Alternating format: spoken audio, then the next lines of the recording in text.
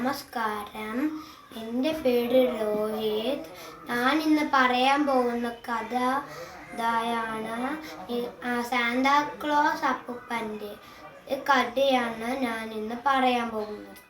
ഒരിടത്ത് നിക്കോളാസ് അപ്പൂപ്പൻ എന്ന ഒരു നല്ല മനുഷ്യനുണ്ടായിരുന്നു.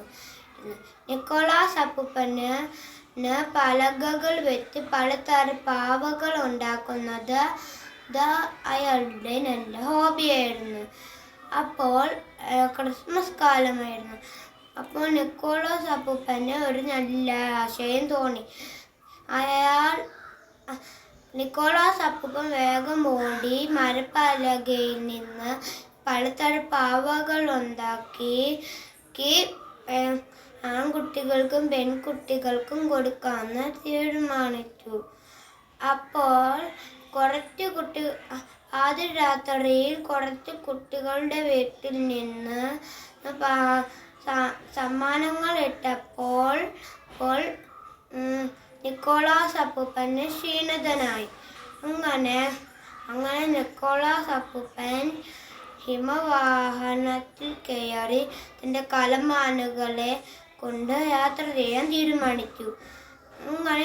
അങ്ങനെ ഇത്തിരി ദൂരം കലമാനുകൾ നടന്നപ്പോൾ മഞ്ഞ് കൂടുതലായതുകൊണ്ട് ഹിമവാഹനത്തിൻ്റെ ചക്രങ്ങൾ മഞ്ഞിൽ മൂടി. അങ്ങനെ നിക്കോളാസ് അപ്പൂപ്പൻ കലമാനുകളെ വലിച്ചു കയറ്റാൻ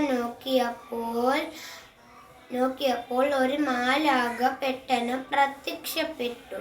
അപ്പോൾ മാലാഖ പറഞ്ഞു, "നീ വളരെ നല്ലവനാണ്, അതുകൊണ്ട് എനിക്ക് നിന്നെ സഹായിക്കണം" എന്ന് മാലാഖ പറഞ്ഞു. എന്നിട്ട് മാലാഖ കലമാനുകളിലൊന്ന് തൊട്ടപ്പോൾ കലമാനുകൾ പറക്കാൻ തുടങ്ങി.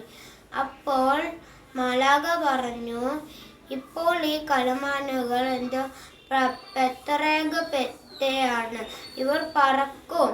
എന്നിട്ട് മാലാഖ പെട്ടെന്ന് കൈയൊന്ന് വീശിയപ്പോൾ നല്ല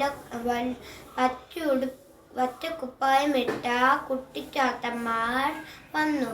അവർ നീണ്ട പച്ച തൊപ്പികളായിരുന്നു ഇട്ടത്.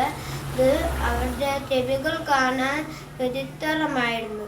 അപ്പം മാലാഖ പറഞ്ഞു, "ഈ കുട്ടിച്ചാത്തന്മാർ നിന്റെ ജോലികളൊക്കെ